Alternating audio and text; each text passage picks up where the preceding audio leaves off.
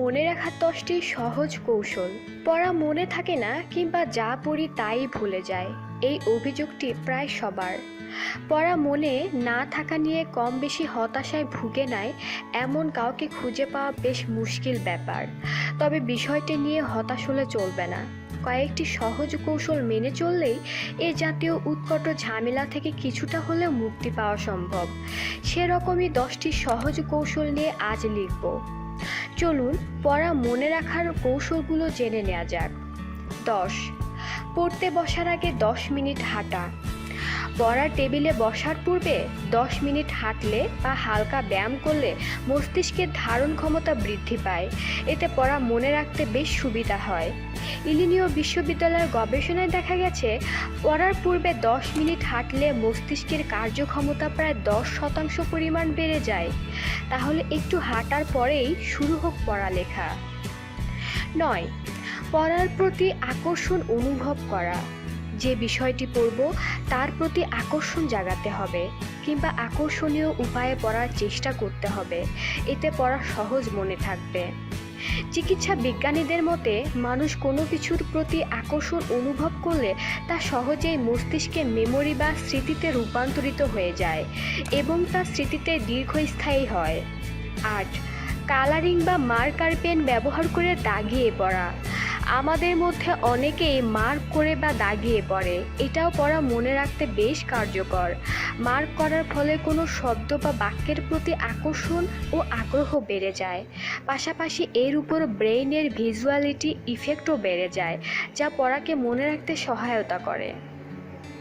নানা রঙের হাইলাইটার ব্যবহার করা পড়াশোনায় মন আনতে অনেক সাহায্য করতে পারে। 7. বেশি বেশি পড়া ও অনুশীলন করা। আমাদের ব্রেইন ক্ষণস্থায়ী স্মৃতিগুলোকে তখনই দীর্ঘস্থায়ী স্মৃতিতে পরিণত করে যখন তা বারবার ইনপুট দেওয়া হয়। বারবার ইনপুট দেওয়ার ফলে ব্রেইনের স্মৃতি গঠনের স্থানে গাঠনিক পরিবর্তন হয়, যা দীর্ঘস্থায়ী স্মৃতি তৈরিতে সাহায্য করে।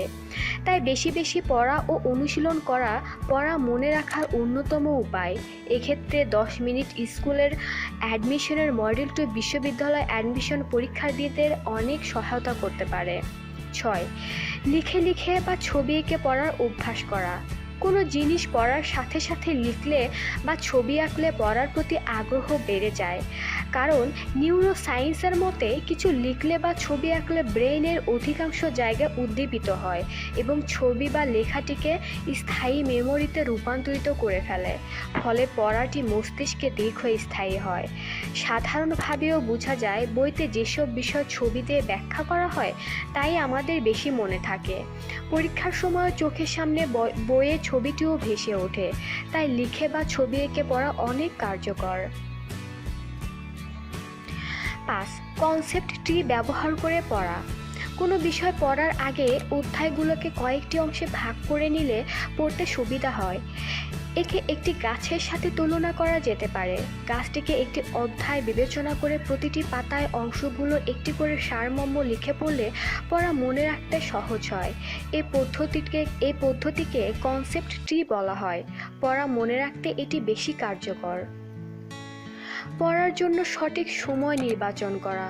অনেকেরই ধারণা সারাদিন সারা রাত পড়লে পড়া বেশি মনে থাকে।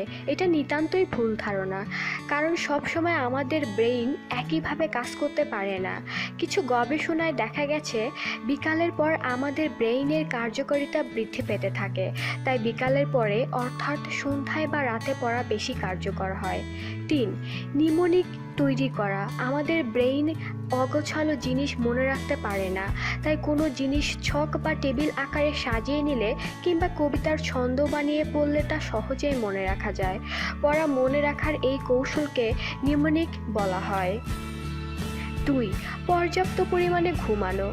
বেশ কিছু গবেষণায় দেখা গেছে, ব্রেইন যে কোনো ইনফরমেশন বা তথ্যকে মেমোরি বা স্মৃতিতে পরিণত করে ঘুমানোর সময়।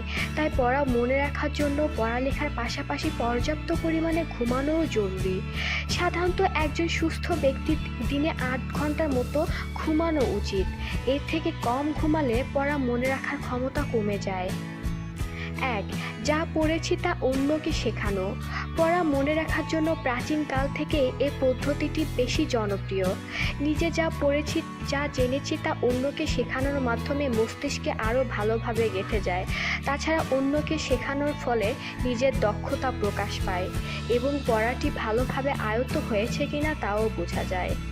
আমাদের ভিডিওটি যদি আপনাদের সত্যি ভালো লেগে থাকে তাহলে আমাদের চ্যানেলটিকে অবশ্যই সাবস্ক্রাইব করবেন। ধন্যবাদ।